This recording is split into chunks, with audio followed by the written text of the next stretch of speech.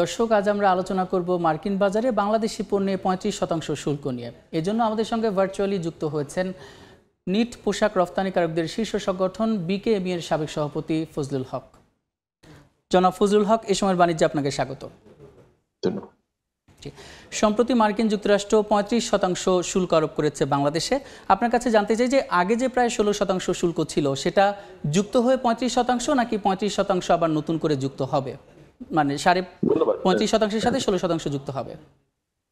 ধন্যবাদ। প্রথমে বলি যে এই ৩৫% হচ্ছে অতিরিক্ত। মানে আগে যেটা আমরা ১৫.৫ বা ১৫ যেটা বলি, এটা ছিল একটা গড়, কিন্তু প্রত্যেকটা পণ্যের জন্যই আলাদা আলাদা শুল্ক নির্ধারণ করা আছে। ইভেন তৈরি পোশাকের ভিতরেও টি শার্ট, শার্ট, জ্যাকেট এবং সেটা আবার 100% কটন কিনা, পলিয়েস্টার কিনা, এই সমস্ত বিভিন্ন বিবেচনায় শুল্ক হার ভিন্ন রকম ছিল, আছে এবং এখনো।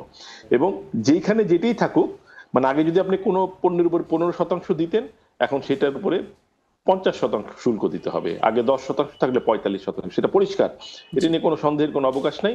এটা হচ্ছে বাড়তি, সোজা হিসাব হচ্ছে বাড়তি শুল্ক, এটা 35%। সো এই জন্য এইটার মানে প্রভাবটা অনেক বেশি। জি, আপনার কাছে জানতে চাই তাহলে সর্বমোট ওদিকে ছিল 15-এর বেশি, এদিকে 35, সর্বমোট 50%-এর মতো শুল্ক আরোপ করতে হবে।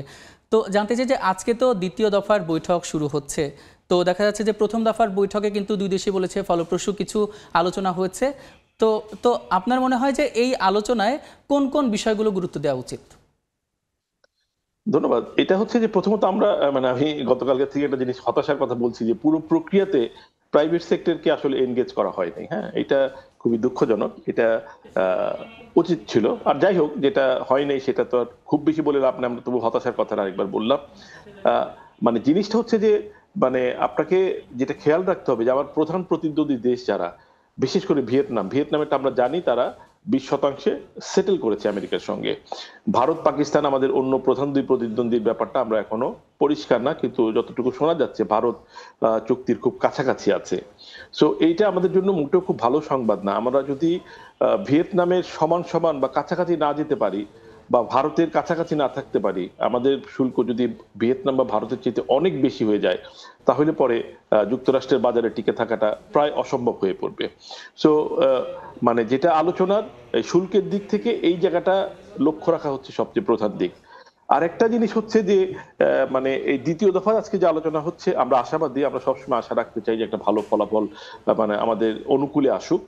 কিন্তু আবার দেখেন যে গত পরশুদিন পর্যন্ত আপনাদের মাধ্যমে আমরা জেনেছি মাননীয় বাণিজ্য উপদেষ্টা বা তার সঙ্গে যারা আছেন তারা এরকম একটা ধারণা দিয়েছেন যে খুব ভালো একটা ফলাফল আসতে যাচ্ছে। এবং আপনার সংবাদে আপনি বললেন প্রথম দফা বৈঠকের পরে এরকমই একটা মানে কনক্লুশন ছিল যে খুব একটা ভালো ফলাফল আসবে, কিন্তু ভালো ফলাফলটা আমরা দেখলাম যে 35%। সো মানে আমাদের আশা করতেও ভয় লাগে, বাট তারপরও আশা করা ছাড়া আমাদের কোনো মানে বিকল্প নাই। আমি মনে করি সরকারের সর্বোচ্চ পর্যায় থেকে এই বিষয়টা মানে সর্বোচ্চ গুরুত্ব দিয়ে দেখা দরকার। কারণ মানে এটা এই বাজার হাতছাড়া হলে যেটা হবে, আমাদের রপ্তানি তো কমবেই, কিন্তু রপ্তানির কমার যে টাকার পরিমাণ, যে $4 বিলিয়ন বা $5 বিলিয়ন রপ্তানি কমে গেল, সেই টাকার পরিমাণটাই কিন্তু শেষ কথা না। এটার সঙ্গে অনেক মানুষের কর্মসংস্থান এবং এইটার একটা চেইন ইফেক্ট আছে, সবই নেগেটিভ। তো সেইটা অনেক বড় একটা গুরুত্বপূর্ণ বিষয় দাঁড়াবে এবং আরো অনেক কিছু জটিলতা আছে, সেটা এখন নাই বললাম। তো পাশাপাশি একটা জিনিস যেটা আমরা শুনতে পাচ্ছি যে মার্কিন যুক্তরাষ্ট্রের পক্ষ থেকে কঠিন কিছু শর্ত দেওয়া হয়েছে। যেমন একটা শর্তের কথা আমি পরিষ্কারভাবে জানি এবং মনে করতে পারছি যে সেটা হচ্ছে মার্কিন যুক্তরাষ্ট্র আন্তর্জাতিক বাণিজ্যে যখন যে সিদ্ধান্ত নেবে, ধরেন তারা ঘোষণা করলো যে আমি ইউরোপিয়ান ইউনিয়নের সঙ্গে ব্যবসা করব না, বাংলাদেশকেও একই সিদ্ধান্ত গ্রহণ করতে হবে। এইটা বাংলাদেশের মতো দেশের পক্ষে মানাটা মোর দেন ইম্পসিবল আমি মনে করি আর কি। মানে সার্বিক দেখছি বাস্তবতা যে এই যে নানামুখী জটিলতা রয়েছে, তো এক্ষেত্রে দেখা যায় যে মার্কিন যুক্তরাষ্ট্র ব্যতীত অন্য কোথায় আসলে বাংলাদেশে দেখা যায় রপ্তানি বাজার মানে মানে রয়েছে, সম্ভাবনা রয়েছে, আর সেক্ষেত্রে কি কি করতে পারে যে রপ্তানি বাজারকে আরো শক্ত অবস্থান তৈরি করতে?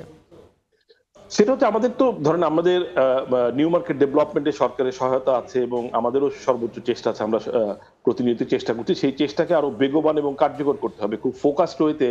মানে আমাদের যেমন ল্যাটিন আমেরিকা, ইস্টার্ন ইউরোপ, আমাদের ফার ইস্ট, এগুলোতে আমাদের আমাদের প্রতিবেশী দেশ ভারত, চীন, এইগুলোতে আমাদের মানে রপ্তানি বাড়ানোর মানে বিশাল সুযোগ রয়েছে। জাপান, অনেক সুযোগ রয়েছে। ইভেন মানে আমার ইউরোপেও সুযোগ রয়েছে, কিন্তু সেটা কিন্তু এটা যুক্তরাষ্ট্রের এই মুহূর্তের বিকল্প না। এই মুহূর্তের বিকল্প না এই কারণে যে এই নতুন বাজারটা তৈরি করতে অনেক অনেক সময় লাগবে। সেটা কিন্তু যুক্তরাষ্ট্রের বাজার যদি আমি এখন এই সামনের মাস থেকে হারানো শুরু করি, তো সেইটা কিন্তু নতুন বাজার দিয়ে কাভার করা যাবে না। কিন্তু এটাও ঠিক, নতুন বাজারের প্রতি আমাদের এইখান থেকে শিক্ষা নিয়ে নতুন বাজার খোঁজার ক্ষেত্রে আমাদের পদক্ষেপগুলোকে আরো কার্যকর এবং আরো রেজাল্ট ওরিয়েন্টেড করতে হবে। এটা মনে হয় আজকে এখান থেকে একটা শিক্ষা নেওয়ার বিষয় আছে। সেক্ষেত্রে কি প্রণোদনা বাড়াতে হবে নাকি শুল্ক বাধা রয়েছে নতুন বাজারগুলোতে? না, প্রণোদনা তো সরকার দিয়েছে, কিন্তু প্রণোদনার চাইতে ব্যাপার হচ্ছে কি যে আমরা যে নতুন বাজারগুলোতে খুঁজছি সেটাতে মানে আমার দীর্ঘদিনের অভিজ্ঞতা আমি দেখি যে নতুন বাজার খোঁজার ক্ষেত্রে আমরা হয়তো একটা মেলা করি বা একটা ডেলিগেশন যাই, তারপরে মানে এইটার আর খুব ফলো আপ হয় না। হ্যাঁ, খুব বেশি ফলো আপ হয় না। কিন্তু যদি আপনি খুব কন্টিনিউয়াস ফলো আপ থাকে, যেমন আমি জাপানের কথা বলতে পারি। জাপানে আমাদের এখান থেকে এটা মানে 2010 সাল, 9 সাল, 10, 11, 12 তখন একটা কন্টিনিউয়াস ফলো আপ ছিল এই মার্কেট ডেভেলপমেন্টের ক্ষেত্রে। সেইটার একটা রেজাল্ট কিন্তু আমরা জাপান মার্কেটে খুব ভালোভাবে প্রবেশ করতে পেরেছি এবং সেই কন্টিনিউয়াস এফোর্টের ফলে জাপানে আমরা শুল্কমুক্ত সুবিধা পেয়েছি। সো যেই দেশটাকে আমরা টার্গেট করি, আমরা এরকম কিছু দেশকে টার্গেট করে যদি একেবারে একটা লং টার্ম প্ল্যান নেই, যে একটা ডেলিগেশন পাঠালাম বা একটা মেলায় অংশগ্রহণ করলাম, that should not be enough. So সেই জায়গাটাই মানে আমাদের যারা ব্যবসায়ী তাদেরকে উদ্যোগ নিতে হবে। ব্যবসায়ী সংগঠন যারা আছে, বিজিএমই, বিকেএমই, তারা প্রয়োজনীয় উদ্যোগ নেবে এবং সরকারের পক্ষ থেকে ইপিবি এবং অন্যান্য যে সরকারি সংগঠনগুলো আছে তারা সাধ্যমতো উদ্যোক্তাদের সহায়তা করবে। প্রণোদনার ব্যাপারটা আমি আর একটু পরে আসতে চাই। এখনই নতুন বাজারের জন্য প্রণোদনা দেয়াই আছে, শুধু প্রণোদনাই সব কথা না। মানে প্রণোদনা ছাড়াও আরো অনেক মানে কাজ করার বাকি আছে নতুন মার্কেটের ক্ষেত্রে। এটা একটা আলাদা করে একটা টাস্ক ফোর্স করে মানে আমার মনে হয় যে একটা মানে লং টার্ম প্ল্যান করা দরকার আমাদের মার্কেট ডাইভার্সিটি। জি, আপনার কাছে শেষ প্রশ্ন রাখতে চাই। ভিয়েতনাম তো যুক্তরাষ্ট্রের সঙ্গে একক চুক্তি করেছে, সেক্ষেত্রে বাংলাদেশ কেন যেতে পারছে না? এই বিষয়ে আপনার বক্তব্য কি, ছোট করে উত্তর দেবেন? মানে এইটা ওই যে বললাম যে বাংলাদেশের যে কিছু কঠিন কঠিন শর্ত, যেমন বাংলাদেশের এই চুক্তির ক্ষেত্রে এই যে এই কঠিন শর্ত যেটা আমি বলছিলাম, সেটা আমার বুদ্ধিতে আমি বুঝি এটা বাংলাদেশের পক্ষে মানা সম্ভব না। এখন ভিয়েতনামের অবস্থান বাংলাদেশের অবস্থান একটু একটু একটু অনেক তফাৎ আছে।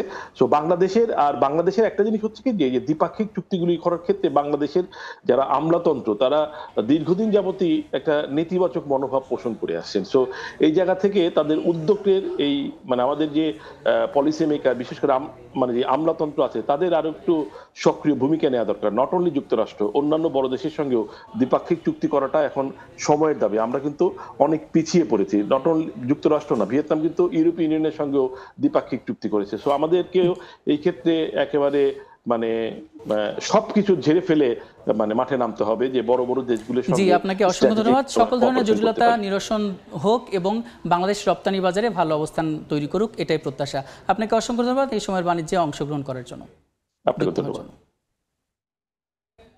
আমরা এতক্ষণ আলোচনা করছিলাম রপ্তানি বাজারে বাংলাদেশের অবস্থান এবং মার্কিন শুল্ক নীতি নিয়ে, আর এজন্য আমাদের সঙ্গে যুক্ত ছিলেন বিকেএমই এর সাবেক সভাপতি ফজলুল হক।